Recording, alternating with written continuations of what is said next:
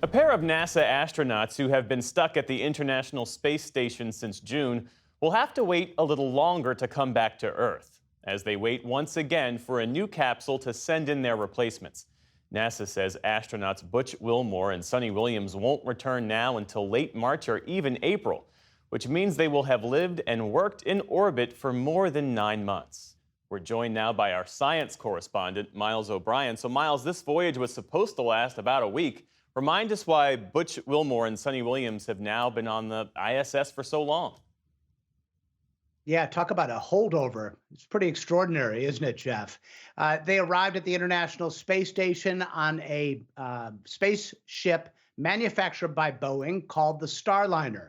The arrival did not go well. There were all kinds of problems with thrusters that fired when they shouldn't, things that got stuck, things that failed outright. And NASA became very concerned about whether those thrusters would do as they were supposed to on reentry, where it is very critical that they do things precisely on time, precisely as designed. They couldn't get comfortable with what was causing the problem, even though they tried to simulate things on the ground. And so in the end, NASA Administrator Bill Nelson decided it was not safe to return that capsule with human beings on board. It ended up landing without incident, but it was, in his case, Nelson's case, the better part of valor to leave them aboard. But boy, it's been a long run for them. We know that Williams and Wilmore are veteran astronauts, but still, what are the long-term psychological and health effects of those prolonged stays in space? There's a lot to unpack here. They are both veterans. They're both troopers. They have, completely assimilated with the crew and have been doing the tasks that astronauts do up there. But over the course of time, human beings who spend that much time in microgravity encounter all kinds of muscle and bone loss because you're not using them. Your cardiovascular system doesn't have to work as hard. And so that becomes a problem when you land. Believe it or not, Jeff, the fluids change so much. The distribution of fluids in your body is such that you get pressure on your cornea, and that can cause long-term vision problems. And then, of course, there's the psychological stress and stress in general, which can actually impede your entire system and its ability to fight off disease. So there's a host of issues that crop up. It's not unknown. There are a lot of people that have spent long stints in space.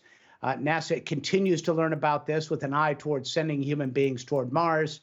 But this will be one more set of data in the book. Let's shift our focus to some broader NASA issues, specifically about President-elect Trump's nominee for NASA Administrator, Jared Isaacman. Why has he been nominated for this role?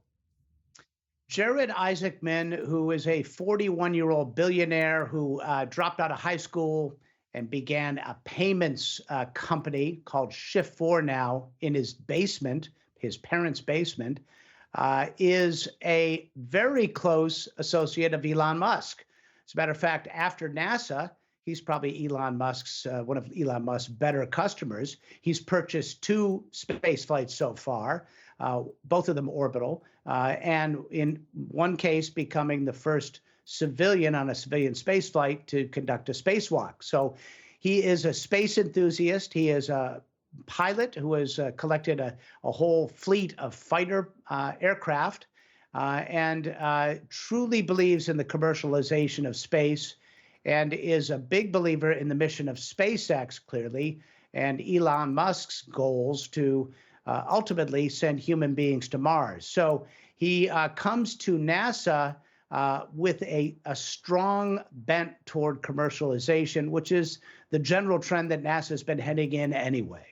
And Miles, I know you interviewed him before all of this for some work that you did for the National Business Aircraft Association. What does his nomination suggest about the future of NASA? Well, clearly, NASA will be heading into the commercial direction. There is no doubt about that. Some of the unknowns are what is Jared Isaacman's thoughts, for example, on climate change. A big portfolio for NASA are Earth-observing satellites, which are used by scientists to measure the effects of the climate emergency.